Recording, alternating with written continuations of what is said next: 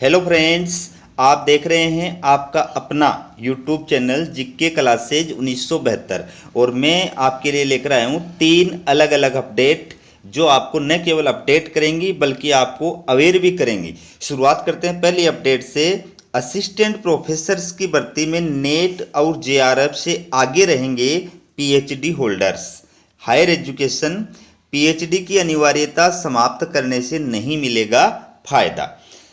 तो पहले आपको ये पता है, मैंने वीडियो अपलोड करके इसके बारे में अपडेट किया था कि यूजीसी के द्वारा अब जो है कॉलेज के अंदर और यूनिवर्सिटी के अंदर असिस्टेंट प्रोफेसर की क्वालिफिकेशन के अंतर्गत पीएचडी की जो अनिवार्यता है उसको समाप्त कर दिया है। ठीक है, अब अगर आप नेट या फिर सेट स्टेट लेवल की जो पात्रता परीक्षा है वो क्वालिफाइड हैं तो यूनिवर्सिटी या डिग्री कॉलेज के अंदर असिस्टेंट प्रोफेसर बनने के योग्य हैं। लेकिन ये चेंज होने के बावजूद भी इस टॉपिक में ये कहा जा रहा है कि असिस्टेंट प्रोफेसर की भर्ती के अंदर नेट और जेआरएफ वाले जो है उनसे आगे रहेंगे पीएचडी होल्डर्स। पीएचडी का वैल्यू जो है वो कम नहीं हुआ है। पीएचडी जो धारी हैं वो आज भी नेट और जेआरएफ से आगे हैं। कैसे रहेंगे वो पूरी न्यूज इसके अंदर आप देख सकते हैं। यूनिवर्सिटी ग्रांट्स कमीशन की ओर से असिस्टेंट प्रोफेसर की पात्रता में भले ही पीएचडी की अनिवार्यता हटा दी हो, सहायक आचार्यों के लिए होने वाली भर्तियों में फायदा पीएचडी करने वालों को ही मिलेगा। दरअसल असिस्टेंट प्रोफेसर की भर्ती में एकेडमिक परफॉर्मेंस इंडेक्स अहम भूमिका निभाता है। ठीक है, इस इंडेक्स में पीएचडी होल्डर्स को 30, नेट क्वालिफाइड को 5 और नेट जेआरएफ की पात्रता रखने वाले उम्मीदवार को 7 अंक दिए जाते हैं। फाइनल अंकों के आधार पर असिस्टेंट प्रोफेसर्स का चयन किया जाता है। नए नियमों के मुताबिक असिस्टेंट प्रोफेसर की भर्ती में नेट और सेट अनिवार्य कर दिया गया है, लेकिन पीएचडी को भी नज़रअंदाज नहीं किया गया है। ऐसे में भर्ती में सीधा फायदा पीएचडी कर चुके उम्मीदवारों को ही मिलेगा। उधर यूजीसी ने साल 1990 से वर्ष 2023 के बीच विश्वविद्यालयों और डिग्री कॉलेजों में सहायक प्रोफेसरों की एलिजिबिलिटी में 6 बार बदलाव किया जा चुका है। लगभग हर 5 साल तक न्यूनतम पात्रता में परिवर्तन किया जाता रहा है। यानी असिस्टेंट प्रोफेसर की नियुक्ति की न्यूनतम अर्हता में समय समय पर बदलाव किया जाता रहा है। बताते चलें कि सहायक प्रोफेसर पद के लिए वर्ष 1991 में पहली बार नेट अनिवार्य किया गया। इससे पहले 1986 के नियमों में नेट या सेट या एमफिल या पीएचडी की अनिवार्यता नहीं थी। 1991 के प्रावधान को 1995 में बदल दिया गया। नई व्यवस्था में उन युवाओं को भी मौका दिया गया है जिनके पास एमफिल की योग्यता थी या जो दिसंबर 1993 तक पीएचडी थीसिस जमा करा चुके थे, उन्हें योग्य मान लिया गया। तो ये दोस्तों इसमें ये आपने ये देखा कि अब जो पीएचडी की योग्यता है वो हालांकि कंपलसरी नहीं रही है, लेकिन फिर भी पीएचडी का जो क्रेज है वो वैसा का वैसा बना रहेगा। क्यों बना रहेगा? क्योंकि यूनिवर्सिटी के अंदर अभी आरपीएससी के अंदर तो नहीं, लेकिन यूनिवर्सिटी के अंदर जो भी वैकेंसी निकलती है उस वैकेंसी के अंदर आपका जो सिलेक्शन होता है वो आपके एकेडमिक परफॉर्मेंस इंडेक्स के आधार पर होता है, एपीआई स्कोर के आधार पर होता है। और उसमें आपके एकेडमिक रिकॉर्ड के प्लस आपके पीएचडी के, ठीक है, वो सब के अलग अलग अंक जो है वो निर्धारित किए गए हैं और वो आपको प्रदान किए जाते हैं। मैंने असिस्टेंट प्रोफेसर के जितने भी रिक्वायरमेंट के वीडियो बनाए उन सब के अंदर आपको इस विस्तार से इस बारे में बताया गया है। तो अगर आपने पीएचडी नहीं कर रखी है तो सीधे आपके जो है 30 नंबर कम हो जाते हैं, क्योंकि पीएचडी होल्डर्स को जो है एपीआई स्कोर के अंदर कितना मार्क्स दिया जाता है? 30 मार्क्स दिया जाता है।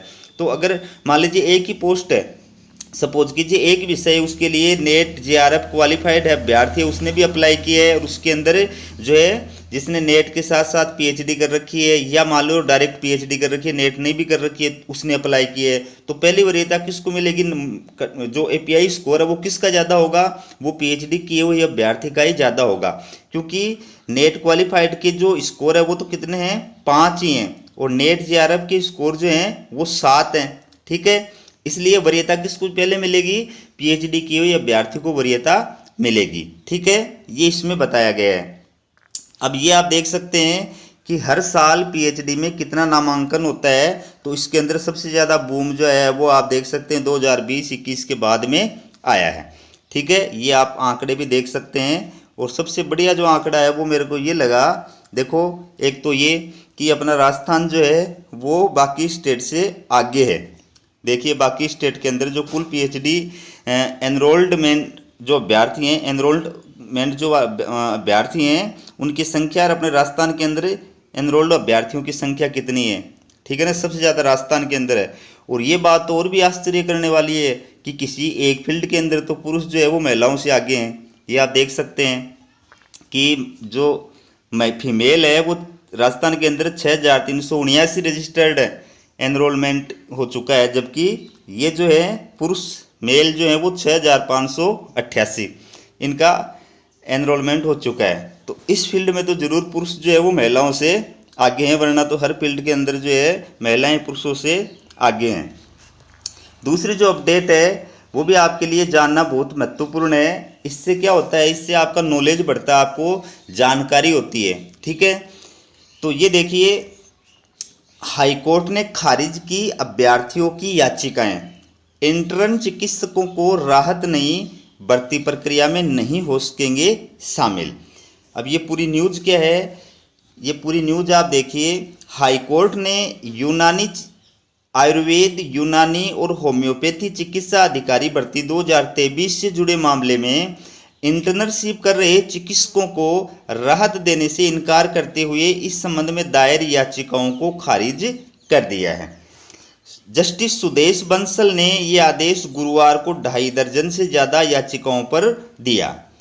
याचिकाकर्ताओं में ने कहा कि आयुर्वेद, यूनानी और होम्योपैथी चिकित्सा अधिकारी भर्ती विज्ञापन में शर्त लगाई गई है कि आवेदन की अंतिम तिथि तक अभ्यर्थी के पास में इंटर्नशिप पूरी करने का प्रमाण पत्र होना चाहिए, ठीक है।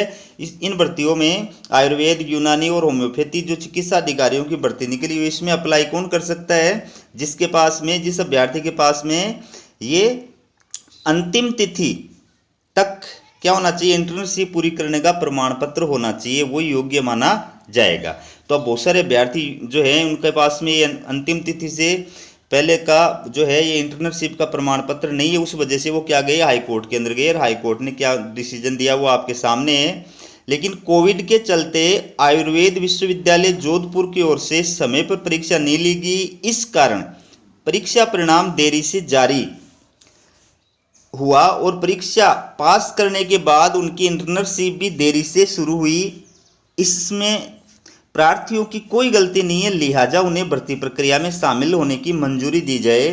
इसके जवाब में एजीजी चिरंजीलाल सैनी ने कहा कि नियमानुसार संबंधित डिग्री पूरी होने के बाद अभ्यर्थी को इंडियन मेडिसिन बोर्ड में पंजीकरण कराना होता है और उसके बाद ही वह भर्ती के लिए पात्र माना जाता है।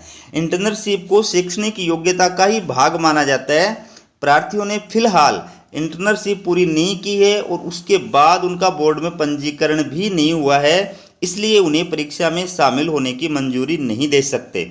अदालत ने दोनों पक्षों की बहस सुनने के बाद प्रार्थियों की याचिकाओं को खारिज कर दिया, ठीक है। तो ये अपडेट है। तीसरी अपडेट भी आपके लिए जानना बहुत जरूरी है। ये देखिए, ये क्या है, संविदा कार्मिकों का पारिश्रमिक कम नहीं करने के निर्देश। अगर आप कॉन्ट्रैक्ट बेस पे लगे हुए हैं तो आपका जो मानदेय है वो सरकार कम नहीं कर सकती, ठीक है। ये हाईकोर्ट ने ऑर्डर दिया है, आप देख सकते हैं जोधपुर हाईकोर्ट का फैसला। राजस्थान हाईकोर्ट ने शिक्षा विभाग में संविदा पर कार्यरत याचिकाकर्ताओं की सेवाएं अगले आदेश तक यथावत रखने और उनका पारिश्रमिक कम नहीं करने के अंतरिम आदेश दिए हैं।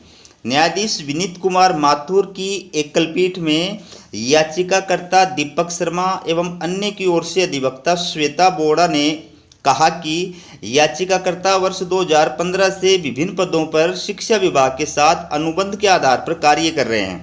याचिकाकर्ताओं की संविदा नियुक्ति समय समय पर बढ़ाई जाती रही है और वे निरंतर विभिन्न स्कूलों में अपनी सेवाएं प्रदान कर रहे हैं। उन्होंने कहा कि विभाग ने अब उनके पदों पर संविदा कर्मियों के लिए एक नया ई टेंडर जारी किया है। ई टेंडर में पारिश्रमिक काफ़ी कम कर दिया गया है।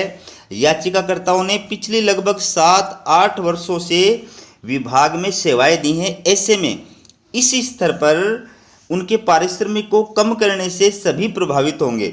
एकल पीठ ने अगली सुनवाई तक याचिकाकर्ताओं की सेवाएं जारी रखने और उनका पारिश्रमिक ई टेंडर के अनुरूप कम नहीं करने के निर्देश दिए हैं। ठीक है, तो ये थी दोस्तों आपके लिए 3 लेटेस्ट अपडेट। इसी प्रकार के लेटेस्ट अपडेट पाने के लिए चैनल को सब्सक्राइब जरूर कीजिए। हमारा वीडियो देखने के लिए आप सभी अभ्यर्थियों का, दोस्तों का बहुत बहुत धन्यवाद।